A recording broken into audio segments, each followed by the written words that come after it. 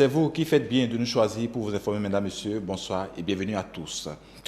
La fusion du Parti pour l'engagement et la relève à l'Union progressiste Le Renouveau est actée. Ce vendredi matin, les responsables de l'UPR ont accueilli officiellement Nathanaël Coty et les siens. Les principales raisons qui sous-tendent ce choix opéré par les responsables du PR ont été dévoilées dans ce compte-rendu que nous présente Nafissa Touassani, Melvina Chabi. L'honneur que vous nous faites ce matin, avec cette lourde artillerie que vous déployez pour être avec nous, est apprécié à sa juste valeur et nous rassure de ce que les noces que nous sommes en train de célébrer seront celles d'un couple très harmonieux. Vous êtes donc les bienvenus dans votre maison, le siège du Parti pour l'engagement et la relève qui devient désormais celui de l'Union progressiste Le Renouveau pour la 6e circonscription électorale. Après fusion avec le Parti du Renouveau démocratique, la formation politique présidée par Joseph Tchogbenou accueille en son sein le Parti pour l'engagement et la relève, PER. C'est le lieu pour Nathanaël Coty, premier responsable, d'exposer les actions menées par le parti depuis sa création et les raisons qui sous-tendent sa mise ensemble avec l'UPR. En ces moments de vives émotions pour moi et mes collaborateurs, sans oublier les indéfectibles militants du Parti pour l'engagement et la relève, il me plaît de vous rappeler que notre odyssée politique a démarré sous des chapeaux de roue sur le front social. Munis de notre bâton de bons samaritains, nous avons traversé monts et vallées pour porter secours et assistance à de nombreux élèves pour des travaux dirigés, soutenus des orphelinats sur toute l'étendue du territoire national. Nous avions dans cet élan apporté secours et assistance juridique et financière aux prisonniers démunis, sans oublier des appuis à des structures de microcrédit aux plus pauvres et aux œuvres caritatives. C'est donc face à l'impasse du contexte économique, politique et social difficile de notre pays, qui baignait dans une cassure jamais égalée, que nous avions compris que la seule alternative envisageable pour organiser une bonne riposte contre l'assaut de la pauvreté était de créer un creuset de réflexion pouvant nous permettre de mieux nous pencher sur l'amélioration des conditions de vie de nos populations. Nous n'avons donc pas le choix que de nous entendre. Soyons donc tous prêts pour un sursaut démocratique libérateur. Tel est notre rêve. Par la même occasion, le président de l'Union progressiste Le Renouveau salue ce acte. C'est un acte de renaissance. Ce n'est pas une dissolution, disparition. Vous avez pris la mesure des enjeux et il nous tenait à l'Union progressiste, Le Renouveau, dont les membres du bureau politique sont en partie essentiels, présents, il nous tenait de vous en féliciter. Et vous êtes allés plus loin. Vous avez décidé d'adhérer en chacune de vos personnes, en chacune des personnes, des militants du PER à l'Union progressiste Le Renouveau. Je suis venu porter à votre endroit, à l'endroit de chacune et de chacun de vos militants, l'admiration des pères fondateurs de l'Union progressiste Le Renouveau, des membres du bureau politique, des membres de chacune des instances du parti et de vous souhaiter la bienvenue. Rappelons que le Parti pour l'engagement et la relève a été recalé lors des dernières législatives de 2019, faute de récépissé. Et puis, dans une interview accordée au journal français Le Figaro cette semaine, Patrice Talon a affirmé que le Bénin, de manière générale, l'Afrique est confrontée à une croissance démographique trop élevée. Il a estimé qu'autant la taille d'une population et sa jeunesse peuvent être un atout, autant son augmentation trop rapide serait un frein au développement. Comme alternative, le chef de l'État préconise la mise en place d'une politique de naissance. Que pensent les citoyens béninois de cette proposition du président de la République? Nous avons tendu nos micros à quelques-uns. On les écoute. il a raison de dire en 2023 qu'ils prendront des mesures pour limiter encore les naissances. Non, il ne peut pas. Tout d'abord, aucune famille béninoise aujourd'hui ne mange plus à sa faim. Des Béninois difficilement ont 1 euro, je dis bien, non pas 1 euro, $1 pour se suffire. Mais la naissance là, c'est limité. Mais ce n'est pas ça qui va freiner la croissance, non. Un des indicateurs du développement, c'est les ressources humaines d'abord. Ce sont les ressources humaines. Et quand on veut promouvoir le développement, on ne doit pas être réfractaire au surpeuplement. Alors, à Maloupe, quand on parle du Bénin, pour une superficie d'environ 124 622 km², la superficie n'étant pas élastique. Et il y a encore des terres à habiter, hormis les terres arabes, hormis les zones résidentielles, les zones franches, les zones industrielles, les tours administratifs. Pour résoudre le problème de développement, on a plus besoin de la ressource humaine. Donc, il vaut mieux avoir le sous-peuplement et d'organiser maintenant les réformes agraires.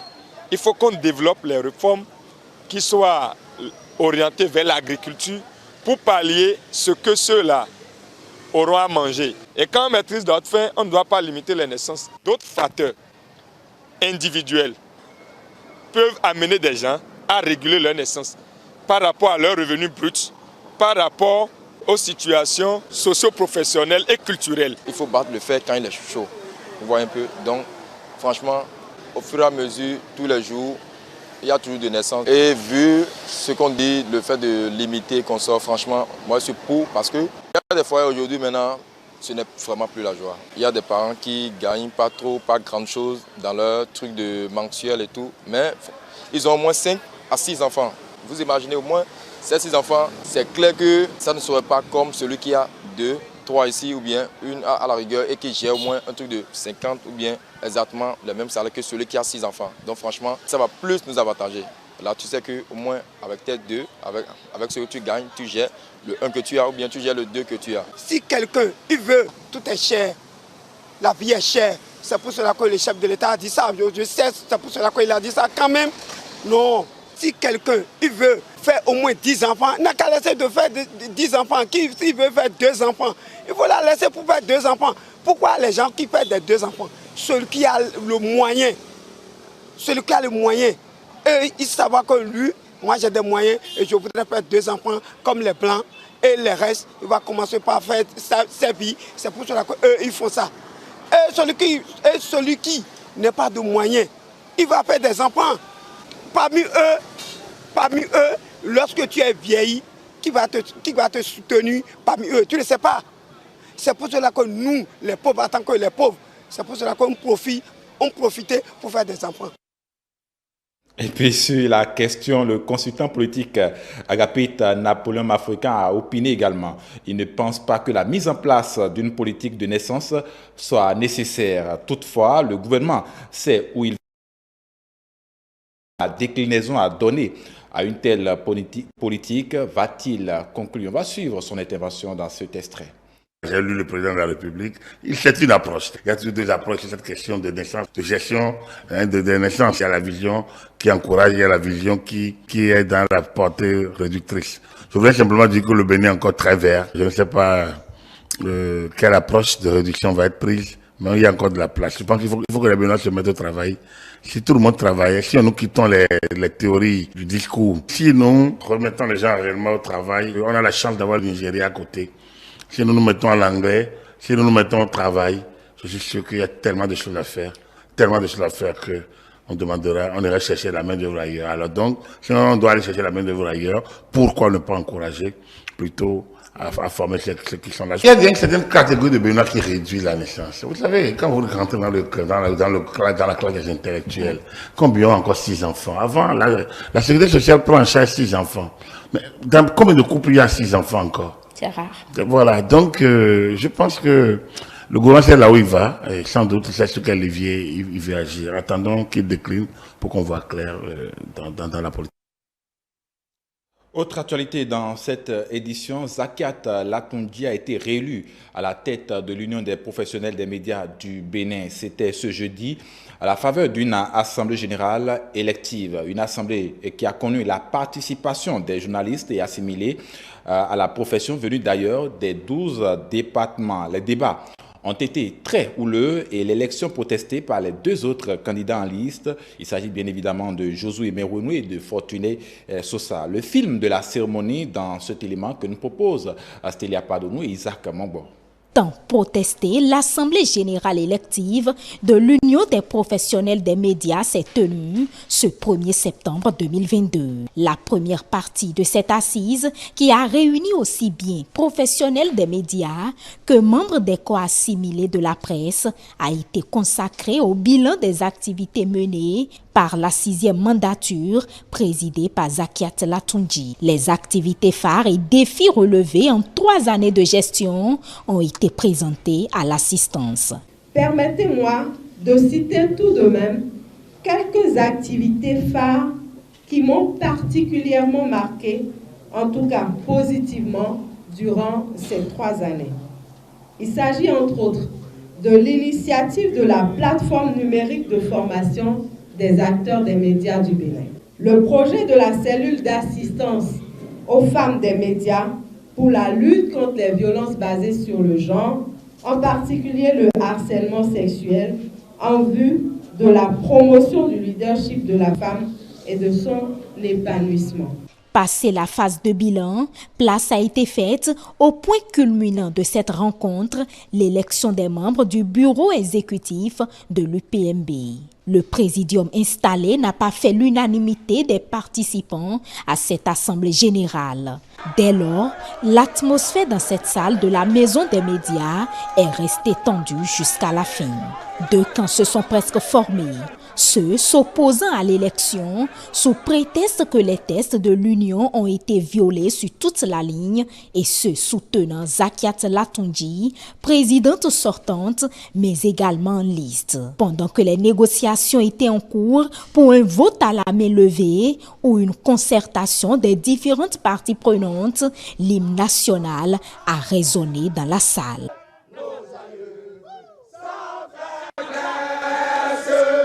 Zakiat Latondji vient ainsi d'être réélu à la tête de l'UPMB. Dans une salle mouvementée, frisant la contestation de sa réélection, la présidente a procédé à la lecture des membres de son bureau. Premier vice-président chargé des affaires syndicales, Hervé Prudent-Ressou. Deuxième vice-président chargé des relations avec les institutions, Augustin Baudou. Les membres du bureau de campagne des candidats Josué Merounou et Fortuné Sosa et leurs partisans se sont retirés de la salle tout en dénonçant une mascarade. Nous n'avons pas pu avoir pour l'heure les impressions et le son de cloche de la présidente réélue. Nos tentatives pour l'avoir sont restées infructueuses. Voilà, et puis juste après cette élection très mouvementée, notre équipe a tendu son micro à quelques participants et à des candidats malheureux. Voici ceux qui nous ont confié. Vraiment aujourd'hui, c'est impressionnant. Tout s'est bien déroulé comme il le faut. Parce que les désordres n'est pas bon à accepter, surtout nous les médias. Vraiment, nous sommes des personnes responsables. Et je remercie Dieu qui nous a vraiment aidés, que tout s'est bien passé. Et notre vote s'est bien passé. Et on a reconduit notre présidente sortant, Zakiat Latondji. Moi, je remercie tout le monde. Et je mets quiconque au défi de nous dire, au thème de cette journée que nous avons passée à la Maison des médias, quel a été le mode de scrutin retenu pour faire cette élection, quel a été le type de vote que nous avons retenu. Et après, j'ai constaté qu'on a caporalisé le président du présidium, on lui a donné tout le temps des instructions, des injonctions. On a déposé, on nous a dit qu'il y a une liste qui a été déposée, la liste n'a pas été lue. Personne, aucun participant à cette assemblée générale n'est en mesure de dire quelle liste a été déposée, qui est cette liste. Et subitement, dans un brouhaha qui ne dit pas son nom, en l'absence même de la consoeur qu'on prétend avoir été élue, on nous annonce par des cris qu'il y a un candidat qui a été élu alors qu'il n'y a jamais eu élection. Il n'y a personne qui soit en mesure aujourd'hui de nous sortir, ne serait-ce qu'un procès verbal d'une quelconque élection. Je constate que le bureau sortant a poursuivi dans la violation des textes qui régissent notre union, nous allons par tous les moyens faire revenir les professionnels des médias pour tenir une assemblée générale qui nous ressemble, qui est digne des éveilleurs de conscience que nous sommes. Mais nous venons d'assister à une mascarade. Il n'y a pas eu élection. Il y a eu des questions préalables qui ont été posées par rapport à la fiabilité de la liste et par rapport à la qualité des membres qui sont invités à cette assemblée générale, parce qu'on a constaté qu'il y a beaucoup de membres qui ne sont pas véritablement des membres de l'Union. Voilà, on ouvre une autre actualité à présent. Le Centre international de mathématiques pures et appliquées SIMPA tient la 6e édition de son école internationale des sciences mathématiques. Les équations aux dérivées partielles et de calcul des variations avec leurs applications et la thématique retenue cette année. C'est l'Institut de mathématiques et de sciences physiques de Dangbo qui a abrité la dite école dont le lancement a été fait ce jeudi 1er septembre 2022. Compte rendu. 16 hommes et femmes rassemblés dans cette salle ont une passion commune. La passion à la science des nombres, des figures et des mouvements, les mathématiques. Les échanges se focalisent ici sur les équations aux dérivées partielles et le calcul des variations avec leurs applications. C'est d'ailleurs la thématique objet de cette rencontre qui se tient à l'Institut de mathématiques et des sciences physiques. C'est un privilège pour l'IMSP d'organiser cette deuxième école SIMPA en 2022. La 6e depuis 1997, puisque dans l'ensemble des pays en voie de développement du monde entier, le SIMPA n'organise qu'une vingtaine d'écoles par an, qui s'adressent en premier lieu aux étudiants-chercheurs en favorisant le genre et s'appuie sur le volontariat et la solidarité des conférenciers des pays développés qui acceptent de partager leur savoir. Votre programme scientifique ouvrait en mode mixte, présentiel et en ligne, de nombreux cours centrés sur les tendances actuelles des méthodes de résolution des problèmes d'évolution, de transport optimal et de contrôle. Je souhaite que l'Institut de mathématiques et des sciences physiques de l'Université d'Abomey-Calavi puisse renforcer davantage les relations de coopération existantes et en établir de nouvelles avec les universités qui participent à cette formation. Après la phase protocolaire, place a été faite aux échanges. Les participants venus pour la plupart de la sous-région ont eu droit au partage de connaissances des conférenciers internationaux de la France, des États-Unis et de l'Allemagne. L'organisation de cette école à l'IMSP, malgré les crises internationales, les grandes vacances pour les uns et les intenses activités scientifiques pour les autres, témoigne de la pertinence de l'intérêt de nos sponsors, des organisateurs, des conférenciers, des participants pour développer les outils nécessaires pour résoudre nos problèmes de formation, de transfert de technologie et d'innovation afin de répondre aux exigences d'un développement durable. À la fin de ces activités, nous espérons que les jeunes participants vont recevoir des outils pour leur permettre de résoudre des problèmes mondiaux, et ça passe par la mondialisation, c'est-à-dire ils pourront également renforcer leur formation, leurs aptitudes, et pourront faire de la bonne recherche. Cette école internationale, qui a sa 6e édition, se poursuit jusqu'au 9 septembre et entend être pérennisée par les organisateurs afin de susciter toujours dans le cœur des étudiants l'amour pour les sciences mathématiques. Et puis, les maladies infectieuses demeurent la première cause de morbidité et de mortalité dans les pays tropicaux. Ceci malgré la transmission épidémiologique avec l'émergence des maladies non transmissibles. Les nationales d'infectiologie ont été donc lancées dans le but d'éradiquer ces différents maux. Suivez le compte rendu que nous propose ici Nafissatou Hassani. S'il n'y a de richesse que d'hommes, aucune richesse ne peut se concevoir sans des hommes en parfaite santé mentale, physique et sociale. Diminuer l'impact négatif et le lourd fardeau que constituent les maladies infectieuses, qu'elles soient épidémiques, pandémiques, endémiques, sporadiques, émergentes, réémergentes, prioritaires ou non, c'est dans ce cadre que s'inscrit cette cérémonie d'ouverture des premières journées nationales d'infectiologie du Bénin. À cet effet, le ministre de la Santé expose les ambitions du gouvernement au plan sanitaire et espère que de bons résultats sortiront de ces échanges.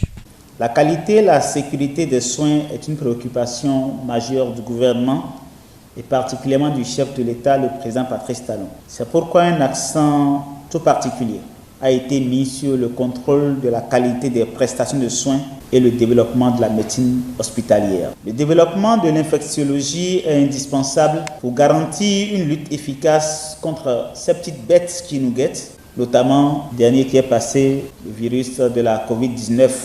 Vos conclusions doivent donc nous permettre d'en savoir plus sur les infections au Bénin et dans notre sous-région afin de mieux les combattre. Le président de la Société béninoise de pathologie infectieuse et tropicale SOBEPIT rassure de ce que les efforts fournis ne seront pas vains. Il n'y a aucun doute que nous y arriverons la tête haute, avec fierté et grandeur.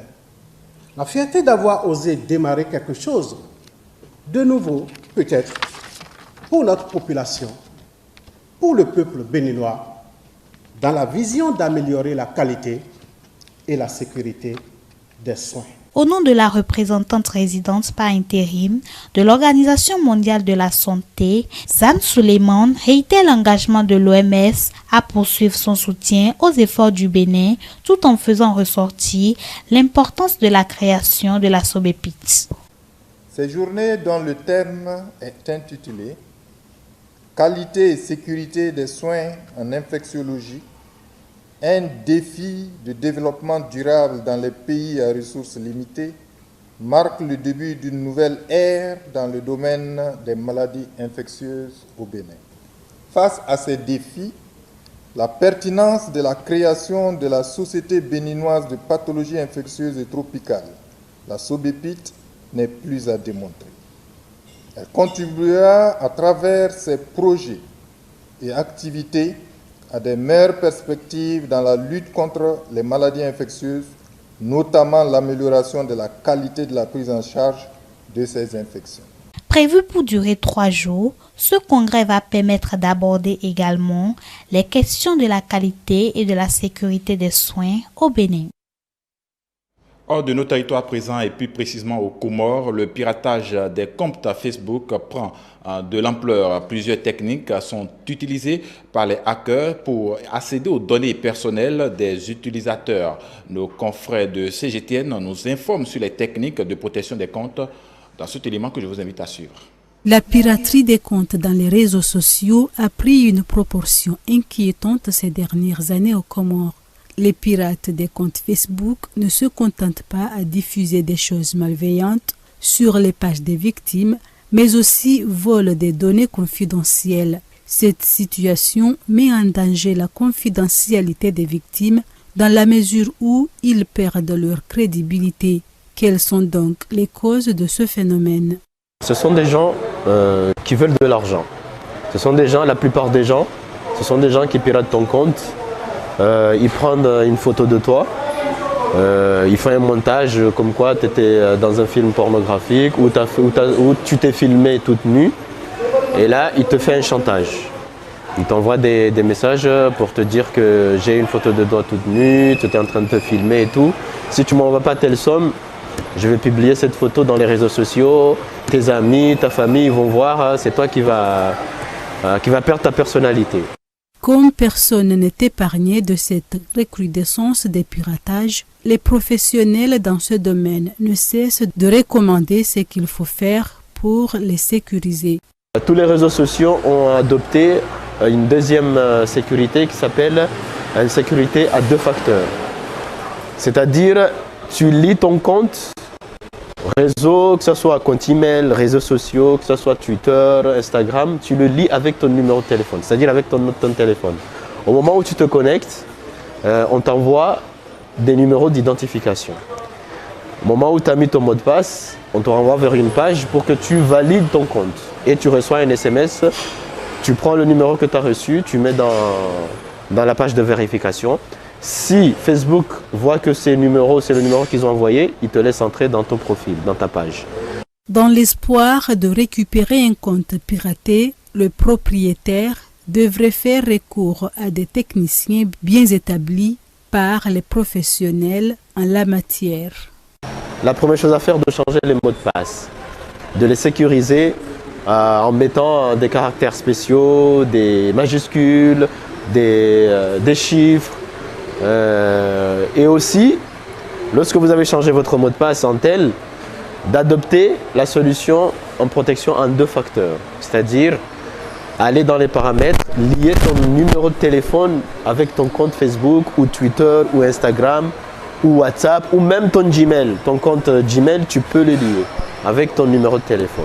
La page Facebook de l'ORTC figure parmi celles qui ont été piratées. C'est un phénomène effrayant au fait de voir un inconnu accéder aux messages confidentiels et professionnels sans pouvoir l'en empêcher. C'est pourquoi il est crucial de prendre en compte les suggestions des ingénieurs en informatique pour sécuriser les comptes dans les réseaux sociaux. Voilà, ainsi va l'actualité sur ETélé sur 9h. Merci pour votre fidélité. Merci à toute l'équipe de préparation de réalisation de cette édition. Bonsoir chez vous.